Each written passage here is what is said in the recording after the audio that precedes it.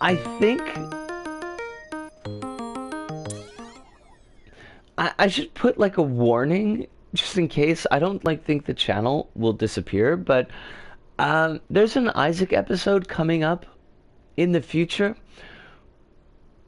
where I may or may not encourage people to engage in active sabotage against fascist systems and or punch Nazis if they're comfortable with punching Nazis. So, like if there's a terms of service problem and the channel suddenly disappears, that will probably be why.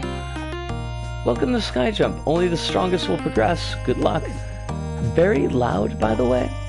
It doesn't need to be this loud.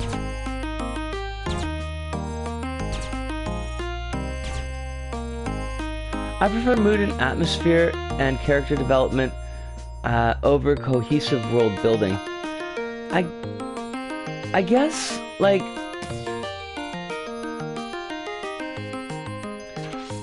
with my idea of cohesive, suddenly fireflies. Suddenly fireflies.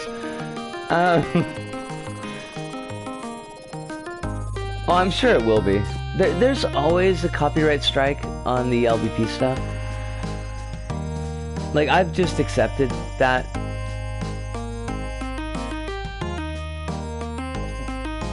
I guess when I think of world building, Ludo, like, the idea that we don't always have to follow one character or one set of characters.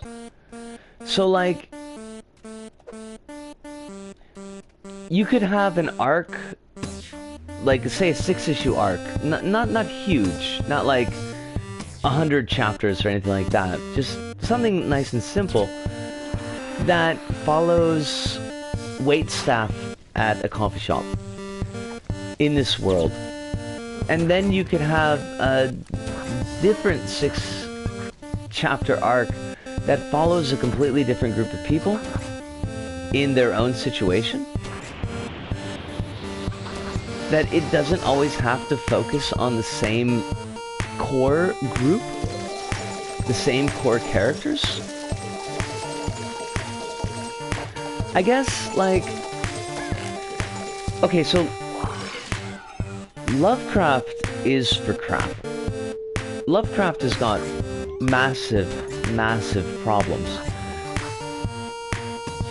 But, and I hate to have a but here, but somehow he managed to create this environment that so many different writers want to play with and want to make their own stories in. And that's what interests me. That it's not like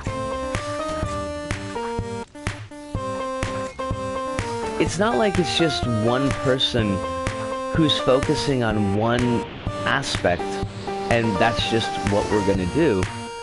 But it's a lot of different people telling a lot of very different stories that are all vaguely under this rubric of, Lovecraft's world. And I'd like something like that that's attractive to many different people, to tell many different stories, but within the same kind of rough framework that's also not super racist. That would be cool too. Because I think that's a very hard thing to get away from with Lovecraft. Even, I think, authors that try to work around that are kind of trapped by, to some extent, Lovecraft's biases. Siren is Lovecraft inspired, so yeah, the cosmic horror baseline works for different stuff. Sandstorm! Do some of these stories have less racism? Also, did I see, RoboCop is cool? Okay, that concept is cool. Okay, so completely different. I swear I thought it said RoboCop is cool.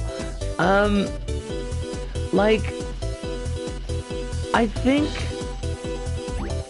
for example, like, I think the Delta Green stuff, although the Delta Green stuff does have flaws, I think there's no question about that.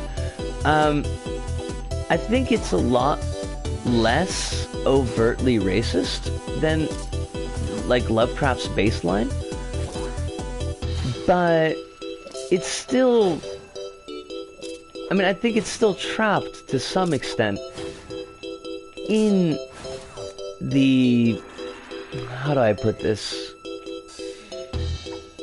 In the basic assumptions of what cosmic horror is. And I think that cosmic horror, as it's often envisioned, is very stuck in that the racist other type of framework. And I think that to some extent that it's a little bit inescapable. This makes me interested in playing The Sinking City. Funniest thing I've heard said about Lovecraft is horribly racist. Bloodborne has horrible frame drops. We can't all be perfect. If Bloodborne's biggest sin is frame drops compared to Lovecraft's biggest sin being, like, ultra racism, I will take frame drops every day of the week.